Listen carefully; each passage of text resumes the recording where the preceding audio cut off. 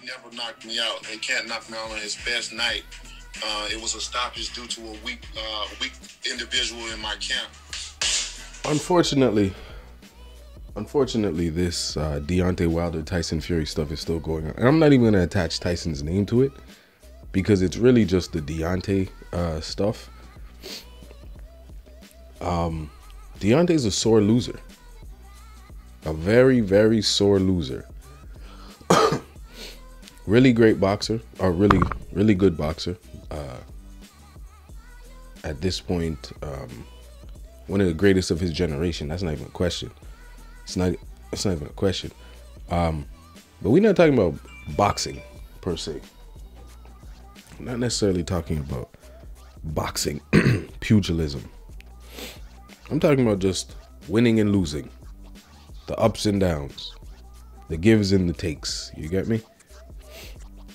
Deontay don't know how to take a loss. I get it. In boxing, he's never had to. Only time he's lost is to Tyson Fury. So he's in disbelief. This guy must have cheated. He had to have cheated. I don't fault Deontay for not thanking or congratulating Tyson Fury after the fight. You just got beat up for... You let me, the audience, you let me or anybody, let a 300-pound man beat you up for 11 rounds, punch you in your head for 11 rounds, and then when he's done, you thank him and congratulate him. Let's see how much thanking and congratulating you'll be doing. So I don't fault Deontay for that. He's in, I don't know what state he's in. You know what? Well, I can see the state he's in, and I'm not going to fault him for what comes out of his mouth or doesn't come out of his mouth during that state. I don't even think they should interview fighters after they've been knocked out like that or beat up like that. Now, they didn't try to interview him, but they did catch, obviously, that moment. They obviously caught that moment when he refused to have that moment at the end of the fight with two fighters, we just went to war, so now they were closer somehow. And I've never had to go through that, fortunately for me, so I don't know exactly what it feels like at the end of the fight. But I can't tell Deontay or anybody else how to react during that state. You know what I'm saying? We all have reacted horribly to something. So who am I now to tell a fighter who was getting beat up for damn near 30 minutes to thank the guy who did it? But that's not my issue. My issue is not with right after.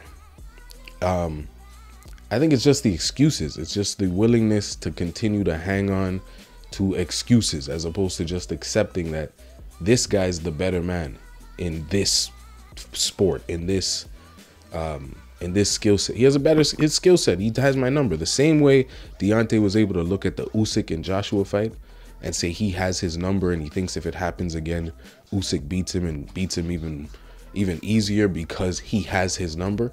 Fury is a bad matchup for Wilder. It's just a bad matchup. He's a bigger man, better boxer. Not a good matchup, right? And Deontay has to be able to accept his loss. Do I think he should fight again? Should Deontay Wilder ever fight again? It's not my place or anyone else's place necessarily to tell him yes or no. But I'm looking at you.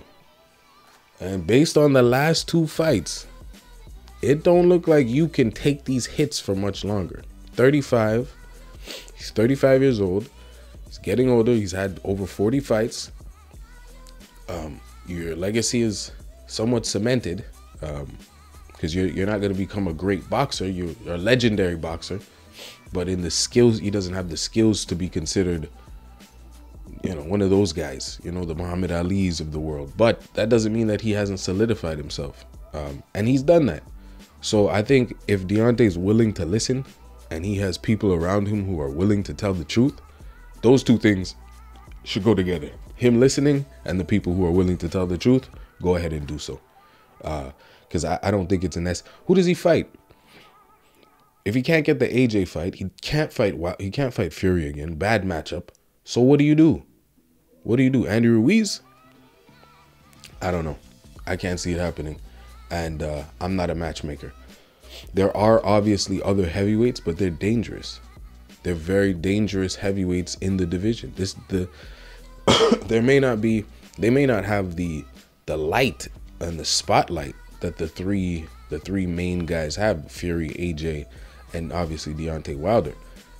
But that's not the question. Are these dangerous fighters? Absolutely. Even the Cuban Luis Ortiz, who's older, who Deontay fought, was a dangerous fight nonetheless. Great. He's a good boxer. He knows how to box.